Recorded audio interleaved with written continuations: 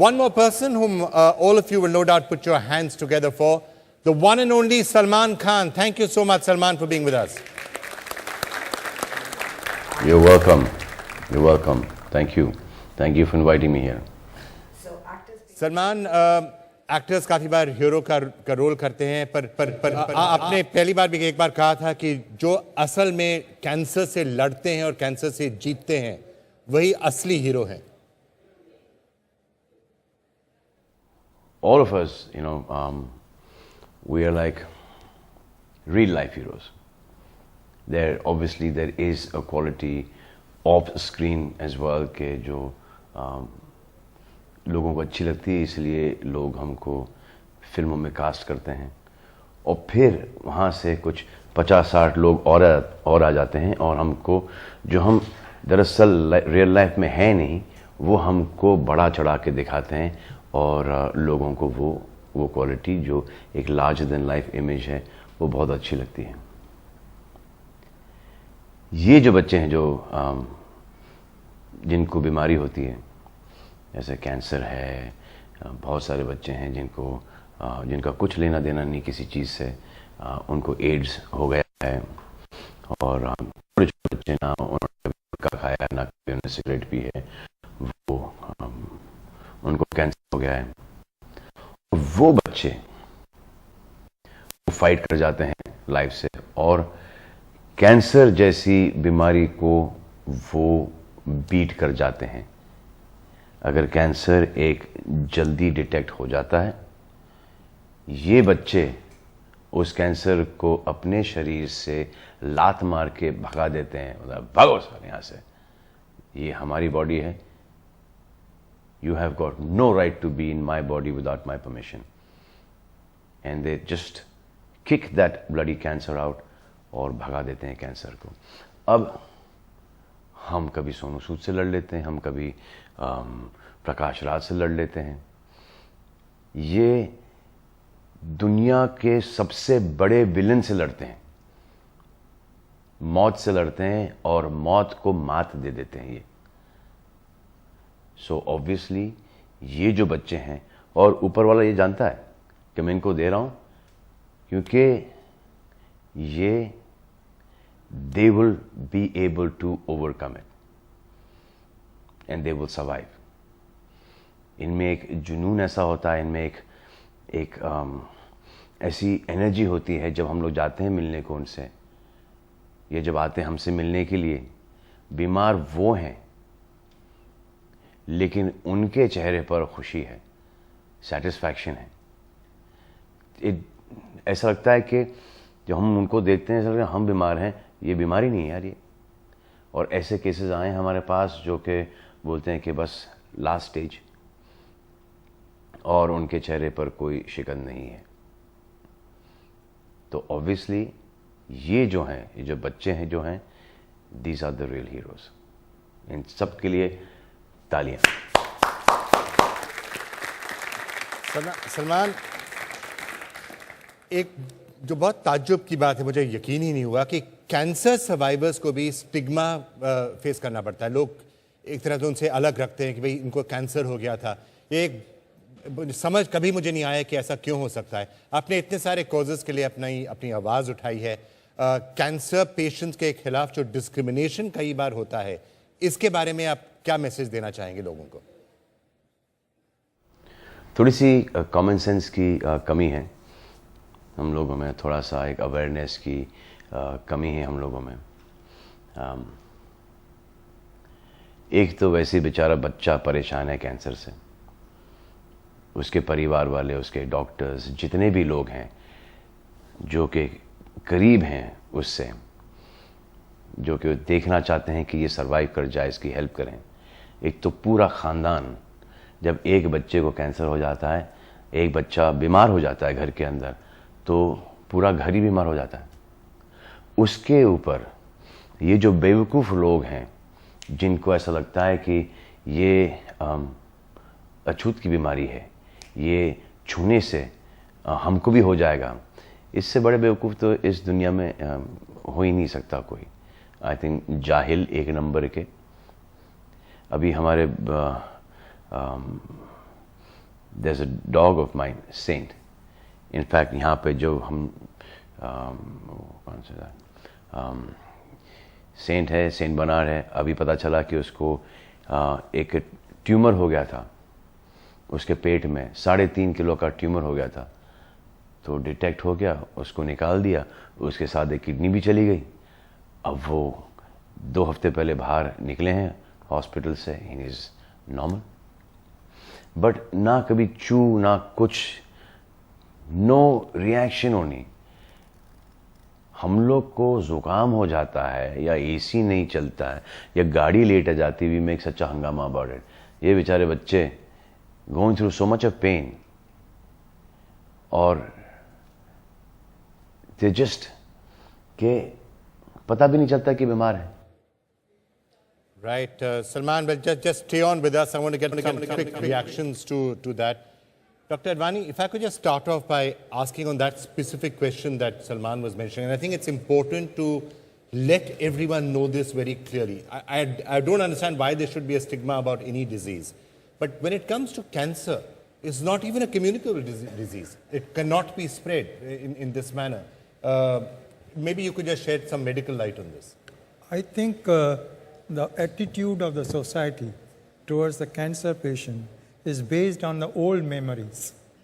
50 years ago, the cancer had no treatment, particularly in children. Today, the world has changed. The treatment has changed. It's a revolution.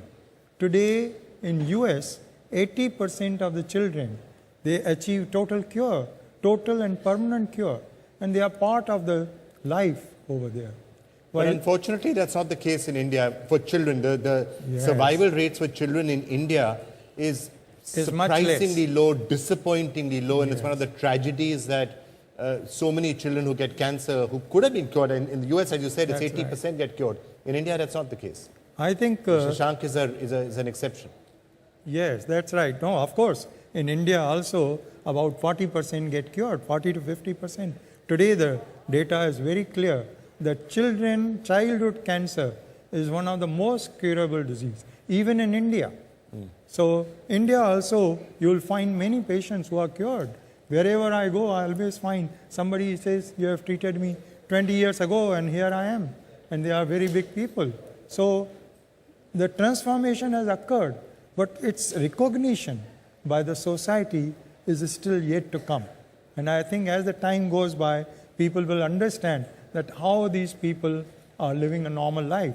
And I know a large number of my patients who have conquered the cancers, they are living a normal life, they have got married, they have children. So I think it's a rapid transformation which we can see today. So in children in particular, you're saying it can be cured, and if you take the US example, 4 out of 5 can be cured. Let's just turn to Shashank's case. Shashank's 7 years old, had lymphoblastic lymphoma when he was just 3.5 years old.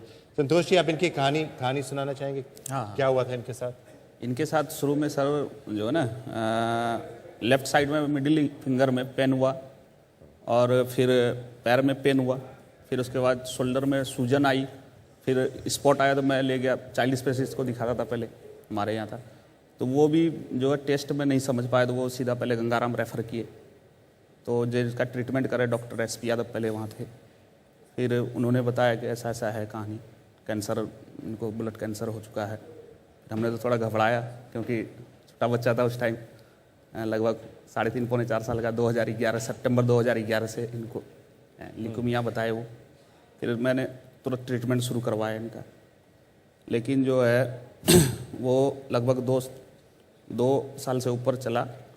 Last इसका maintenance जनवरी 2014 में था, लेकिन ये lapse कर गया। उसमें lapse होने के बाद फिर सर से वो जब तक तो 40 पहुँच चुके थे मई में ही, तो मैं कॉल आया उनका, तो मैं उन्हीं के साथ फिर 40 इलाज करवाने लगा इनका। फिर जो है सर से फिर डिस्कस भी, थोड़ा सा तब घबराहट तो हुआ। फिर लैप्स करने के बाद थोड़ा फिर उन्होंने हमें हिम्मत दिया कि भाई तो कुछ फिर। और शशांक ने इस बहादुरी से लड़ता रहा। हाँ, इससे तो मतलब ऐसा ये हो गया कि जब ये गंगाराम में भी CBC वगैरह करवाता था, रोता नहीं है, अब भी रोता नहीं है ये।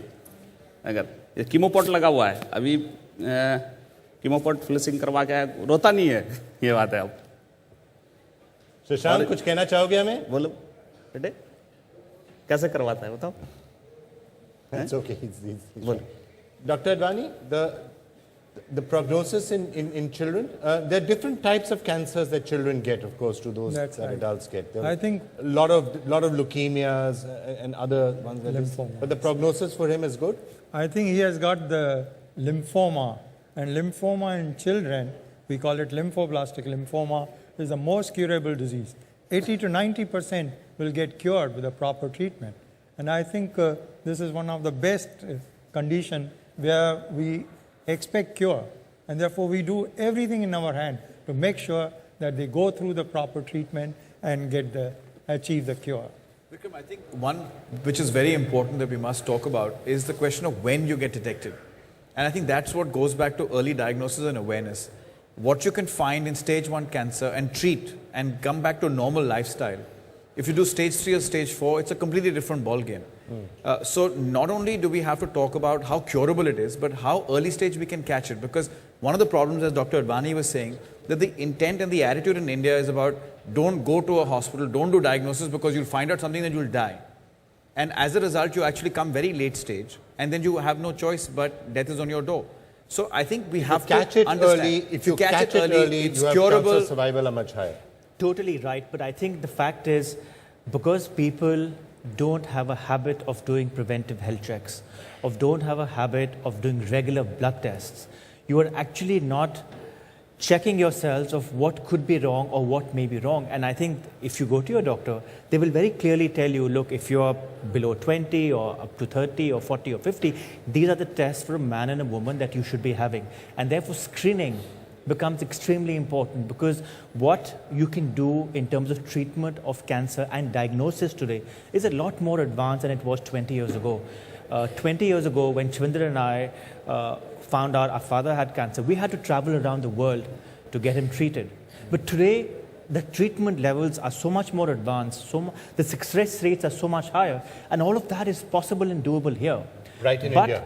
the challenge is we don't have enough companies and hospitals providing this kind of care. So the challenge becomes accessibility, it becomes correct diagnosis, timeliness of diagnosis, and then eventually treatment and cost of treatment. So the later you diagnose, the more advanced it gets, the more costly it gets, and the higher of risk of life that you have in terms of success. Before I come back to Salman on that, Santosh ji जो खर्चे की बात थी, वो बहुत बड़ी समस्या है कि कैंसर के इलाज में जितना खर्चा होता है, ज़्यादातर लोगों के लिए वो बहुत मुश्किल हो जाता है। मैं तो सेकंड राउंड में तो हाथ खड़ा कर दिया था, मैं तो डॉक्टर से भी बोल दिया था, डॉक्टर ऐसे मैं नहीं करा पाऊंगा। फिर उन्होंने हिम्मत दिया, फिर बोला कि ऐसा है जो फोर्टिस फाउंडेशन है हमारा, मैं उनसे बात करता हूँ, कुछ आपको हेल्प मिलेंगे। तो हमें फोर्टिस फाउंडेशन हेल्प दिया, इसके लिए मैं उसका शुक्रगुजार हूँ। प्रत्येक जो है एडमिशन में 35,000 प्रत्येक एडमिशन में हमें मिला इसमें। Okay, right. सलमान, जो खर्चे की बात होती है, आप इतने सारे चैरिटेबल इंस्टीट्यूशंस के साथ जुड़े हैं, आपको इन लोगों के बीच क्या सीख मिली है? एक्सपीरियंसेस बहुत हैं। हम काफ़ी हार्ट ऑपरेशंस करते हैं, पीडियाट्रिक हार्ट ऑपरेशंस करते हैं, और फिर काफ़ी हम आई सर्जरीज वगैरह, कैटरैक्ट वगैरह करते हैं।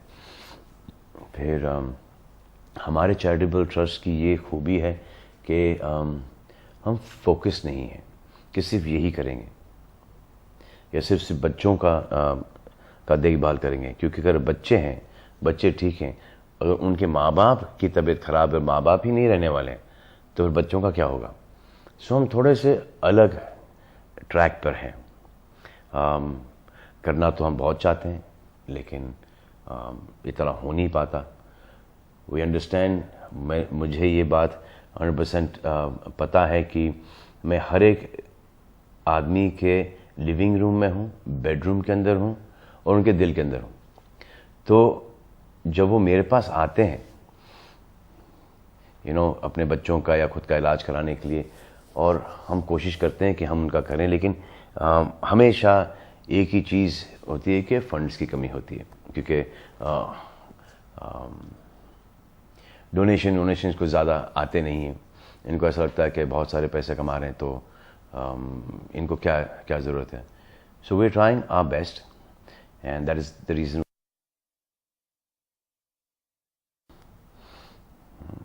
कुछ भी कितने भी बड़े हो जाएं, कितने भी पैसे डाल लें हम, अगर पैसे किसी की ज़िंदगी बचा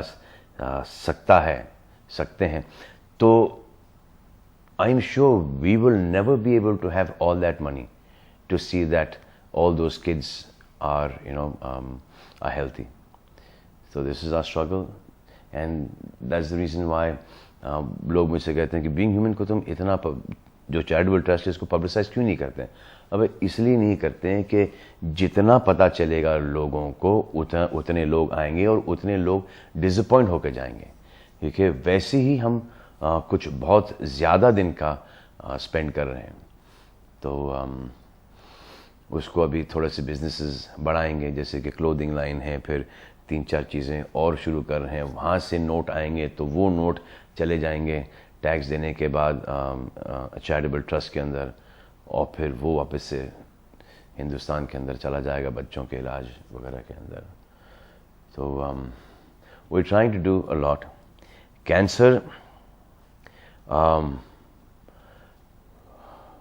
काफ़ी केसेस हमने कैंसर के देखे हैं, और कैंसर एक ऐसी बीमारी है आजकल जो कि अगर फर्स्ट सेकंड स्टेज के अंदर डिटेक्ट हो गई तो आप कैंसर की वाट लगा सकते हैं। You can just destroy, you can kill it. Most of the cancer detected early is 100% curable. तो मशवरा ये है कि आवन जावन में एक आध चेकअप करवा लो, ताकि ये ऐसा नहीं होना चाहिए कि लास्ट स्टेज पे, थर्ड स्टेज पे पता चला कि आपको कैंसर है। एक चेकअप कराना बहुत ज़रूरी है 6-8 महीने के अंदर। मैं भी कराता हूँ, सब कराते हैं। और वो कभी कभी ऐसा लगता है कि अरे चले जाएंगे तो पता नहीं क्या निकल आएगा। जितने जल्दी निकल आया, जितने जल्दी आपको पता चला कि अरे यार ये है, उतने जल्दी उतना आसानी से आपका इलाज हो जाता है। मुझे पता है कि बहुत सारे लोगों के अंदर ये फियर्स होते हैं कि हम चले जाएं पता नहीं क्या निकल आएगा यार। वो हॉस्पिटल जाते हैं, चेकअप में कुछ ना कुछ तो आ ही जाता है, निकाल ही देते हैं। लेकिन बेटर ये है कि पहले जाके देखो कि क्या है, नहीं है, ठीक ठाक हो। घर पर छोटी मोटी प्रॉब्लम तो होती रहेंगी, तो सबके होती हैं। लेकिन अगर खुदा ना खास्ता कोई बड़ी प्रॉब्लम है, कोई हार्ट का इशू है या कोई कैंसर का इशू है, तो इसको जितने जल्दी डिटेक्ट करके इसको सुलटाओ, इसका ट्रीटमेंट कराओ, इसका इलाज कराओ, उतना आसान है, उतना बेटर है और 100% इलाज है। Right, Salman. Dr. Advani, just wanted to ask you one question, especially when it comes to pediatric cancer. From whatever we've understood about cancer, or we thought we'd understood about cancer, a lot of it is about the deterioration of your DNA. So it's supposed to be a disease of the elderly, that by that much time, your lifestyle problems have had a chance to kick in. Your genes are not duplicating and multiplying properly. Your DNA, those errors have crept into it. How does that explain childhood cancer? Yeah, in contrast to the adult cancer, which is more related to the environment, the childhood cancer is more related to the inside molecular gene control. And due to something which we understand very little, the controlling gene, which control the cell proliferation and cell growth, they get altered, or we call it mutation. And that's how the patient can develop the cancer in any area, whether it is in the blood, we call it acute lymphoblastic leukemia, then lymphoblastic lymphoma, kidney, we call it Wilms tumor, and in the testes, we call it germ cell tumor. So you can get a variety of tumor in different organs. But in the children's cases, it's just happening inside them thanks to genetic and other causes. Absolutely. It's not because of, obviously it can't be because of lifestyle in their cases. It's not those things that we were saying, obesity or smoking or alcohol. It's molecular or gene. Molecular or gene. Yeah. In some cases, hereditary as well? It is. Rare. There is. But there 10%, I understand. Yeah, there are certain percentage where it comes because of your genes, and therefore, If that is the case, if it's there in your family, then you need to make sure you're getting the right amount of tests on a regular basis for your children. Salman, बच्चों तो खैर lifestyle changes नहीं कर सकते हैं, पर जो बड़ों की बात होती है, आप एक तरह से इतना ध्यान देते हैं तंदुरुस्ती पर, आप एक्सरसाइज करते हैं, क्या आप लोगों को ये भी कहेंगे कि उनको अपनी लाइफस्टाइल ठीक कर लेनी चाहिए? क्योंकि अगर लाइफस्टाइल पर कंट्रोल हो जाए तो बहुत सा कैंसर अपने आप चला जाएगा, या कैंसर आएगा ही नहीं पहली बार. If you live really healthy, be like me, work out, take care of your diet, etc., etc. Sleep little, use your time for all the good things in life. Smoking is a big no. Lifestyle, healthy lifestyle, nothing better than that. तो ये जो बकवास चीज़ें हैं जैसे कि cigarette है, और फिर सिगरेट और शराब का कॉम्बिनेशन है, लेट नाइट्स है, फिर गुटखा है, ये पान मसाला टाइप्स का, वो all that stuff, that is guarantee. अभी वो पता नहीं चलता कि कैंसर, ये बोलोगे कि यार बच्चे वो ये देखो बच्चे, इन्होंने कभी सिगरेट को हाथ नहीं लगाया, कभी ना गुटखा पिया, ना कभी शराब पिया, ना कुछ किया है, इनको कैसे हो गया? अब वो हो जाता है, लेकिन इससे तो गारंटी है कि ये काफ़ी सम पीपल सर्वाइव इट. और सिगरेट का और गुटखे का ये चक्कर है कि हमेशा जब आप छोड़ना चाहते हो तो आप देखते हो कि आपसे कम उम्र में वो कोई बच्चा पी रहा है, और फिर आपसे कोई बुजुर्ग हैं जो कि 70-80 ईयर्स के हो गए और सुट्टे पे सुट्टा मारे जाए, तो फिर इनको नहीं हो. लेकिन जहाँ ये थॉट आ जाता है वो 100% गारंटी आता है कि ये कुछ ना कुछ, your body is telling you to stop it. और जिसने नहीं छुआ, is the best thing ever, best thing ever. तो ये गुटखा है, ये सिगरेट है, इससे जितना दूर रह सकते हो उतना, मतलब कि मीलों, मतलब कि बहुत लंबा, इतना दूर रहो. Okay, that's really good advice there from Salman. Salman, before you go, you've been associated, of course, with the Fortis Foundation. Just the fundraising that we're trying to also raise some money for children to help in their treatment, because it's really expensive for them. How's this entire experience been for you? ये experience कैसा था? Simple है. ये पता नहीं कहाँ से आया ये, but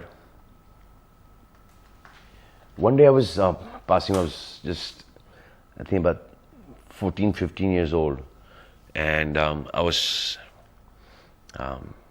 passing by this one road, and I saw this one guy fall on the ground and no one was picking him up. So I picked him up, put him in my car, and I took him. Not for any reason ke he's a great guy, it's a good gesture. It's a selfish thing. Okay, one day that if I'm fallen down somewhere like that, or some of my friends or family, people should not just stand there or just cross by. There should be somebody like me to, pick that dude up and take him to the hospital. And it started from there. We used to live at Bandstand. We still live at Bandstand, same building for about 30 years, Galaxy Apartment. तो वहाँ पर अभी तो promenade बन गया, पहले वहाँ पर वो एक पैरापिट हुआ करता था. Motorcycles, cars used to come full speed, turn करते थे, बैंक करते थे, स्किड होते थे सीधा समुंदर के अंदर. I swear, Arbaz and me and the fishermen from down, every week we used to get out 1 or 2 people, every single week 1 or 2 people from the sea.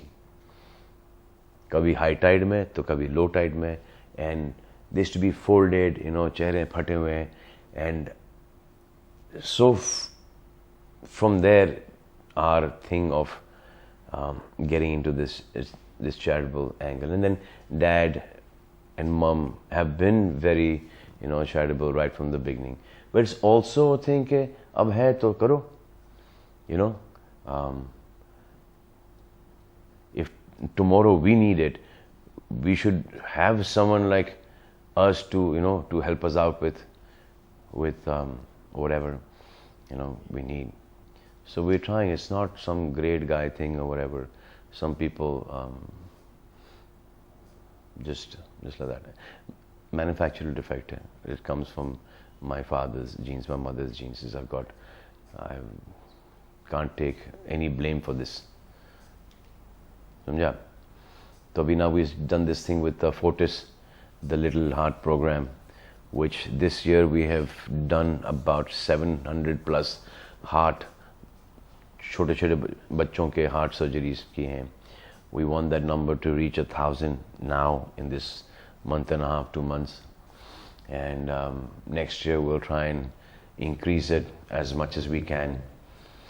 All right. Right, Salman, thank you so much for joining us, and we will play some of the messages that you were giving us later also, especially the ones about lifestyle and how you need to be really, really careful in all of that.